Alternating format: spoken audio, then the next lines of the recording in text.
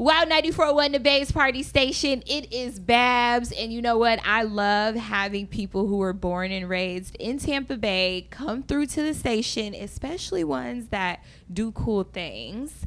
I got my good friend Alfonzo here. He just told me that we're both friends and we see each other out. Yes, both. Now, I had no idea that you have such a cool business.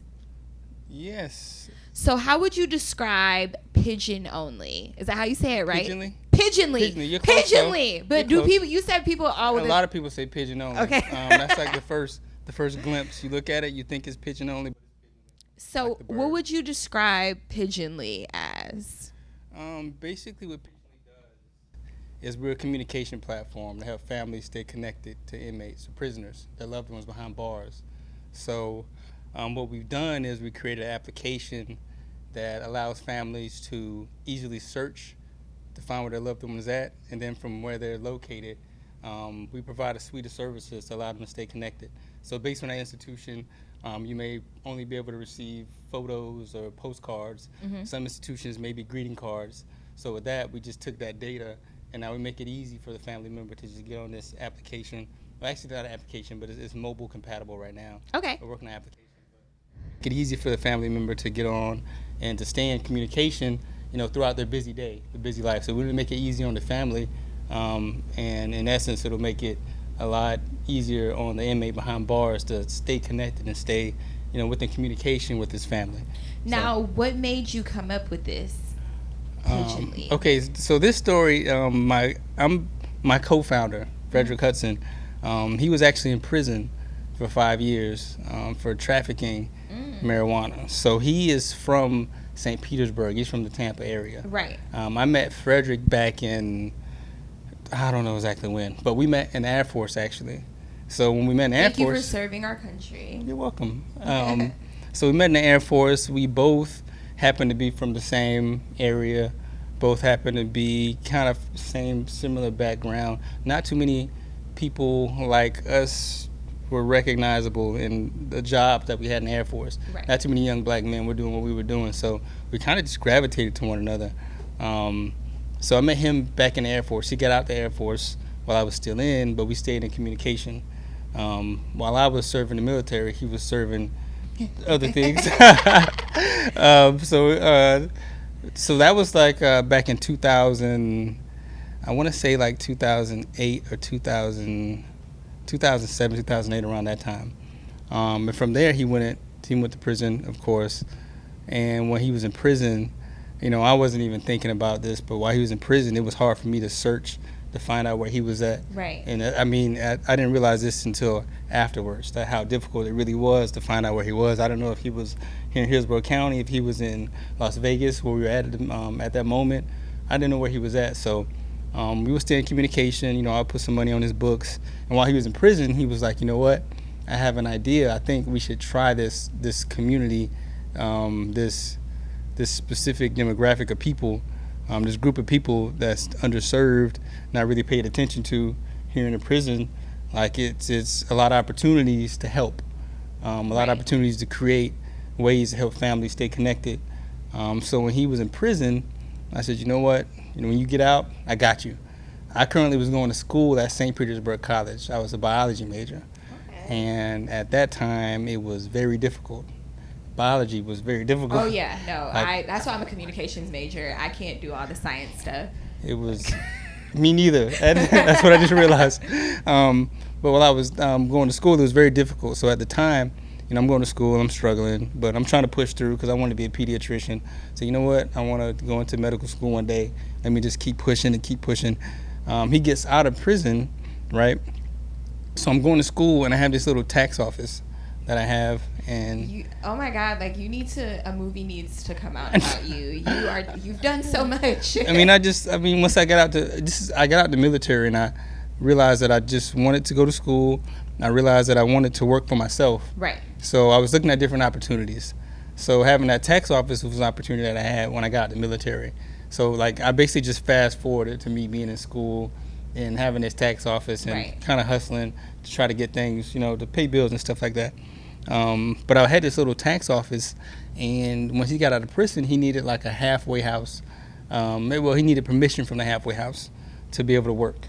So what I did is I hired him to work for me. I made it look like he was working for me in the tax office. And that's what you do. Like, you look out for your friends. Oh yeah, that's my brother. That's my family. I do anything for him. Right. So I knew how smart he was. I know that everybody has their situations where they make decisions that might not be the best decision, but you have to do what you have to do sometimes to take care of whatever you need to take care of, is yourself, your family, kids, whatever it is. So I'll never hold that against anybody that try to be resourceful enough and creative enough to come up with ways to pay bills, even though it might not be the best decision. At the end of the day, we all make bad decisions, but we have to take care of what we have to take care of. So when he got out of prison, I hired him in the tax office to work for me in the tax office, but in reality, we started working on Pigeonly. This was like 2012, so it's like 10 years ago. So when did it officially drop? This officially 2013. Okay. So 2012, we went through the process of working in this little office and trying to understand how the tech industry works, because we had no background in tech. Neither one of us are educated. He's a prior felon. The odds were stacked against us. So basically, we had to be resourceful and figure out things on our own. So what we decided to do is we decided to apply for these little, they're called like accelerator companies, accelerator programs. What they do is they accept certain ideas, and then from there, they help you basically create a strong business model and create ways to generate revenue and be able to scale your idea. So that's the purpose of it, is to turn an idea into actual tangible business. Lucky with us is before we went into this program, we figured out that we can make money before we even went there. Now, mind you, it wasn't a lot of money, but we were generating a little bit of revenue. So you had capital that you were getting from your tax business, or were you already making money off of the app, like the Pigeonly? So really, the way it really initially got funded is I was going to school and I took out as much as I could in student loans and I dropped out. Okay. And I said, I'm gonna take all this money and put it into the business, and we're gonna see where this takes us. So initially we were in this little office, no windows, here in Tampa, off of Kennedy. Wow. And after we presented our idea, we got into an accelerator program called New Me. And once we went into New Me, we pitched our idea, and we had some investors that loved it. Some investors that looked at us and believed that we can accomplish the idea, the goal that we said we could do, and they could. I'll just say this: we were two black men going to Silicon Valley, young black men with no education, but the investors that saw us had similar backgrounds to us. Not saying that they were entrepreneurs, but they got into investment banking and things like that. So they saw us as like two young black men. Like, we know that, based on your upbringing, based on some of the obstacles you probably faced naturally as, just being two young black dudes, right, that, you don't have a lot of people that we can look at and say, oh, how do I start a tech company?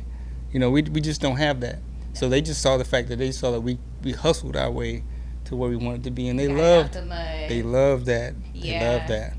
So they give you the money for the app, right? They invest in the app, and then what happens then? Like, when it dropped in, like, what was the launch like of Pigeonly? So when we first went to Silicon Valley, and the investors came on board, and I like to shout out some of my first investors, Eric Moore and Kirby, Shantae Spencer. These guys really believed in us. Can I find them on Instagram? Are they single? You can find them. Actually, I'm not sure actually if anybody's single or not. They're amazing guys that over time have turned into family for us. But they invested in us, and we were able to raise our initial seed round of $1 million, which is, we had a 1% chance, less than 1% chance of being able to do this. You raised $1 million initially. So to black men from St. Pete, one is a felon, the other one is a student at the time, Yes. were able to raise $1 million in capital. Yes, $1 million. Anything is possible. Anything is possible if you it's with hard work. Hard work, a vision, consistency. You know, those are things that you really have to have. But once we raised that $1 million, you know, us two, you know, we really had to put together what we wanted to do with this $1 million. And investors wanted us to, you know, they wanted to know as well. So the first thing is, you know, you build a team. So we went to Las Vegas, and that's where we initially headquartered our company, in Las Vegas, Nevada. And the reason behind that is because one of our investors said that they said that Nevada, Las Vegas is really turned into like a small tech community, Absolutely. tech hub, and they would love to have a company like ours, you know, a diverse company that they feel like it could do really big things. So we decided to go to Las Vegas and build a company with the first $1 million that we raised. Eric, that was the first $1 million that they raised. Yes. So you raised more millions? Over time, we've probably raised close to $8 million so far. So tell me that the app, is it an app or a website? What would you say Pigeonly is? Is it an app? Pigeonly is a mobile compatible website. Okay. So you can go on your phone and it'll work just like application. It'll feel just like application when you sign up. So how does the other side work? So like say, okay, so I used to write a lot of dudes. One is famous, kind of. And I can't find him anymore. Really? So how would that work? I don't know. I'll tell you about who it is. Like, there's like a TV show about him now. But how would I find him? On our app, you Pigeonly. may be able to still. Have you tried signing up with us at all? I'm gonna sign up today. So you should try signing up, and Okay.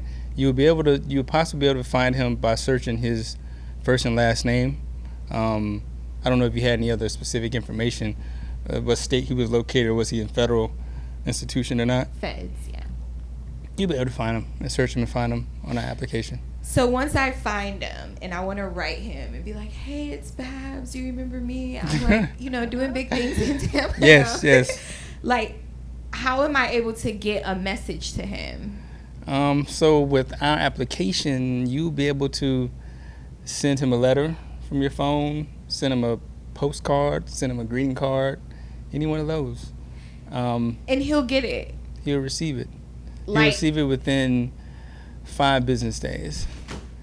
So what we've done with this, the purpose of this was to make it easy for the family member. We don't want you to have to handwrite a letter, stuff an envelope, go to the post office, buy a stamp, and send it.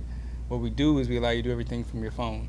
So you'll be able to sign up, you'll be able to locate where he's at, you would add him to your address book, you'll be able to purchase the plan that we have, and then from there, whatever product you would like to use, you use that product.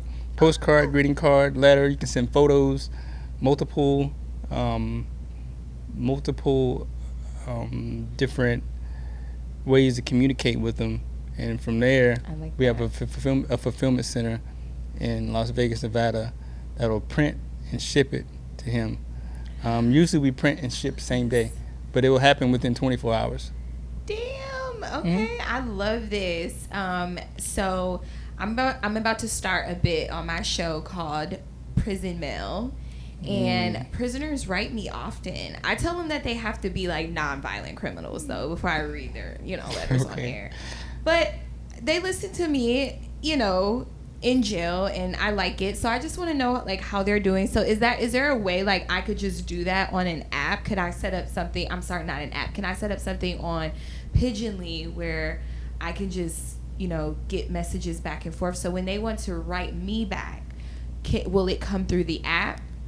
I keep saying app. I'm sorry. Will it come through the website? If they write you back, it won't come through the website. Okay. But I have an idea for you.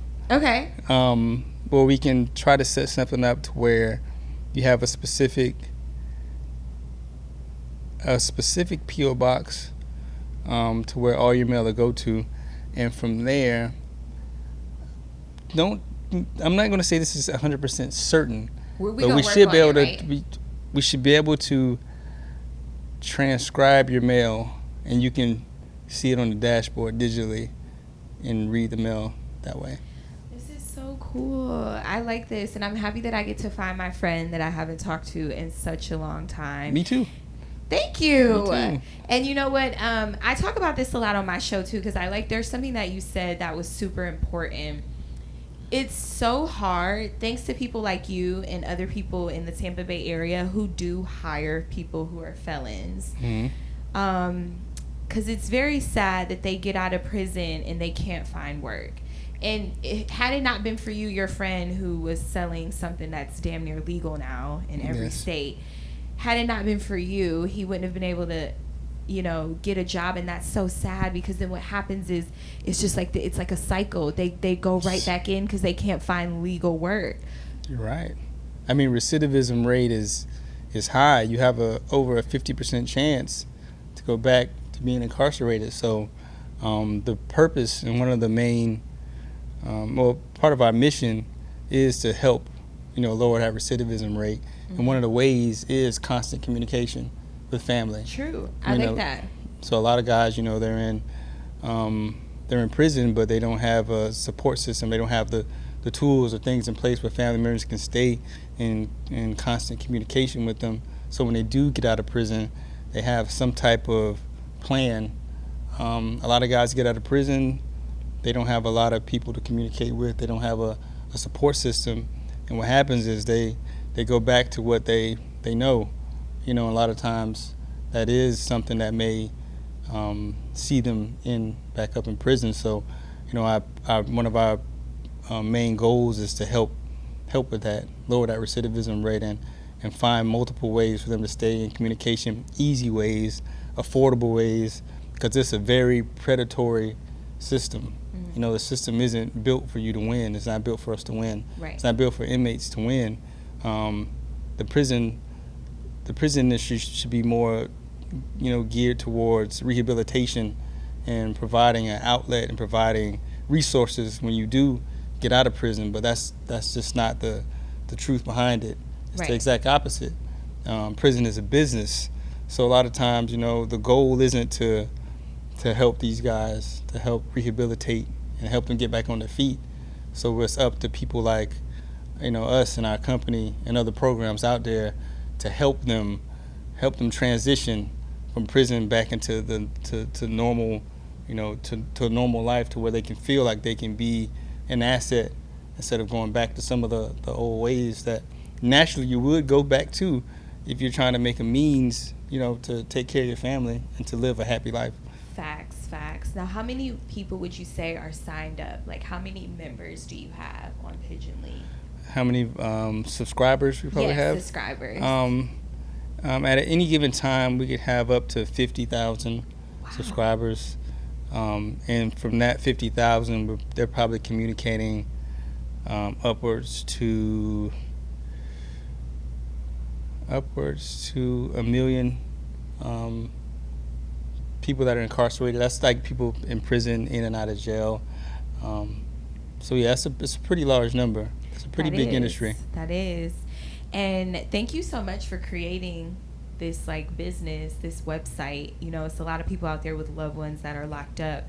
But let's talk about the founder, the creator of Pigeonly, Alfonzo, because you have a very inspiring story. And I was shocked because seeing you out, I could never tell. But then you were just telling me about it today. And how great does it feel to still be here with us? It's beautiful. Life is beautiful. Life is an amazing thing. I'm blessed, just to, and you realize that you're blessed just to wake up the next day and to be able to live whatever story you have. We don't even know our true story, but just to have the opportunity to wake up and to live it is a beautiful thing. It really is. Now, my mom had a stroke 2 years ago, and it's still she, I don't want to tear up, but she's not 100% again, Mm-hmm. and I don't know, it makes me sad a lot because I'm like, damn, like I want her to just keep working at it. And if you could talk to her, because like give her some encouragement just from things that you were telling me, how you just have to keep going and stay positive. And I try to tell her, but I think it would, you know, sound better coming from you because you had to like work at regaining like your strength and stuff. Yeah, well, I mean, the biggest thing is, you know, when something tragic happens, you have to realize that regardless of what you're going through, like it's your responsibility to get yourself back to where you want to be. I mean, as much as you want to depend on others, and as much as you want to feel bad, and as much as sometimes you need others to feel bad for you at times, you really have to take ownership of what's going on. Not saying that it's a blame game or anything like that, but you have to take ownership of what's going on, and you have to fight like it's a daily fight. But at the end of the day, when you look at each day you have, like, you have an opportunity to, with some people they're going to school, some people it's their jobs, you have an opportunity each day. You have that second chance, and with that second chance you have to make the most of it, especially when you have people like depending on you. I'm sure you depend on your mom in ways that she probably don't even realize it. Right. I remember when I was in the hospital, I felt guilt. When I remember being in the hospital, and I was like, I don't think I'm going to wake up the next day. And I have a daughter, and I was thinking in my head, like, I'm letting my daughter down. So you feel a guilt. You feel a guilt that you're not back to where you want to be the person that you was before. Right. And the thing is, you can't really look at it like that. You have to look at it as the person that I can become afterwards. And it takes a lot to do that, though. Right. It takes a lot. Well, I'm so happy for you. So proud of you that you're still doing big things, encouraging people, you know, to just keep going, because anything's possible. Again, 2 black guys from the Tampa Bay area, one was a felon, one was a student, was able to gain millions of dollars in capital to start a business because someone believed in you and you guys believed in yourselves. So anything else you want to say to like other guys who are in the tech industry? Because I'm sure it's a lot of, you know, young black guys out there that want to create websites and apps and stuff, but they're scared. They don't know the first step. Any advice for them? My biggest advice is, I mean, you have people like me and Frederick. You have people that look like you that are in this space that can understand where you come from. And what you have to realize is a lot of times you look at things as a disadvantage, but the disadvantage is really an advantage.